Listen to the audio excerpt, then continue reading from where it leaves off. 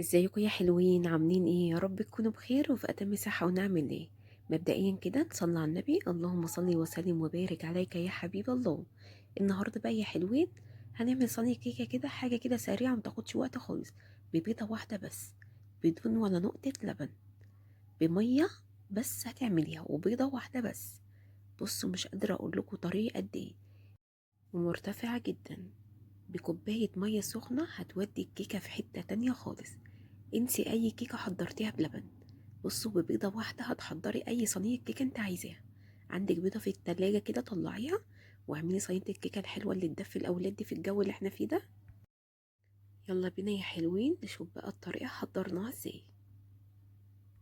انا هحضرها في الخلاط، عايزة تحضريها بالمضرب اليدوي العادي عادي جدا. هنا معايا بيضة، وكوباية من السكر، وظرف من الفانيليا، ومعلقة كبيرة من الخل. الخل بيساعد ان الكيك يطلع معاكي فاتح. هضرب بقى الخليط ده كويس جدا كده. اهو كده ضربته، جبت بولة جافة كده. هنزل فيها بكوبايتين من الدقيق، هندخلهم كويس جدا. اهم حاجة في الكيك تدخل الدقيق كويس. هنزل عليهم بظرف من الكيك شيف ورشة من الملح،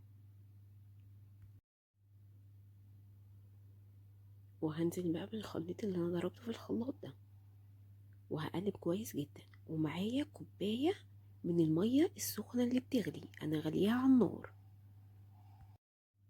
اخلط بقى الخليط بتاعي ده كويس جدا كده، وهنزل بكوباية من المية السخنة اللي بتغلي زي ما انتم شايفين كده. ما تقلقوش خالص من البيض اللي يستوي ولا اي حاجة، مفيش الكلام ده، ما بيحصلش اي حاجة.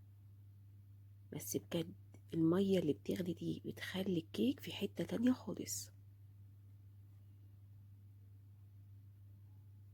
بصوا مقادير سهلة جدا، وكيك مش مكلف خالص. بجد طعمه في حتة تانية خالص، كأنك محضرة الكيك باللبن بالظبط. ما يفرقش حاجة، انت هتجربيها وهتحكمي بنفسك. عشان تاخدي كيك هاش مرتفع، اهم حاجه ما تقليش العجينه بتاعت الكيك زي ما انت شايفاها كده، ولا خفيفه ولا تقيله. جبت الصينيه بتاعتي اديتها مسحه من الزيت كده، وهنا جبت حوالي كده معلقه كبيره من الجوز الهند.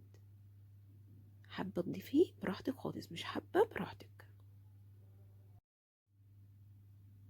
هصب بقى الخليط بتاعي كده، والفرن مشغلاه على درجه حراره 180 على الرف الاوسط. هتاخد بالظبط 40 دقيقه تكون استوت معاكي. اهي كده زي ما انتم شايفين، اهي خرجتها من الفرن. بصوا شكلها بجد فظيع. بصوا كيك مفهوش ولا غلطة، طري جدا جدا. سيبيها بقى تبرد خالص وقطعيها. شايفين الجمال؟ بص، بجد اسهل وانجح صينية كيك ممكن تحضريه. اتمنى بقى تجربوه، واستنوني ان شاء الله فيديوهات حلوة جاية كتير. ان شاء الله هنعمل تفريزات رمضان مع بعض، بس انتوا شجعوني كده. اتمنى بقى تجربوا بنفس الطريقة. ولو عجبتكم بقى الطريقة ما تنسونيش في اللايك والشير وسبسكرايب للقناة والكومنت الحلو عشان ارحب بيك. وبشكر كل اخت جديدة نورتني في القناة. اسيبكم في حفظ الرحمن.